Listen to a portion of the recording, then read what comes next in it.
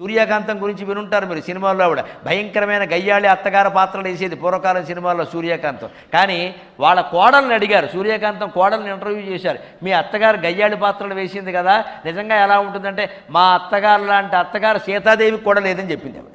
అంత గొప్ప ఆవిడ. ఆశ్చర్యంగా లేదండి?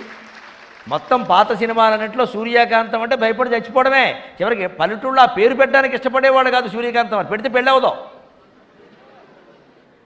కానీ సూర్యకాంతం నిజ జీవితంలో ఎటువంటిది అంటే కోడల పట్ల కూతురు కంటే ఎక్కువ ప్రేమగా చూసింది. వాళ్ళ కోడలే చెప్పింది ఆ విషయాన్ని.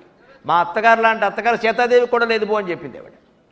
అంత ఎలా ఉంది అంటే ఆవిడకి అత్తగారుగా గయ్యాళితనమో ఏదో పెత్తనం చేయాలనే కాంక్ష నటనలో తీరిపోయింది. కాబట్టి జీవితంలో ఇంకా అవసరం లేదు. పిల్లలకి చాలామందికి గెలవాలని, నెగ్గాలని, ఎవరినో జుట్టెట్టుకోవాలని, ఎవడి మీదో పోటీ చేయాలని, ఏదో చెయ్యాలని, ఇవన్నీ నాటకాల్లో పాత్రల రూపంలో రకరకాల సాంస్కృతిక కార్యక్రమాల రూపంలో మనం పూర్తి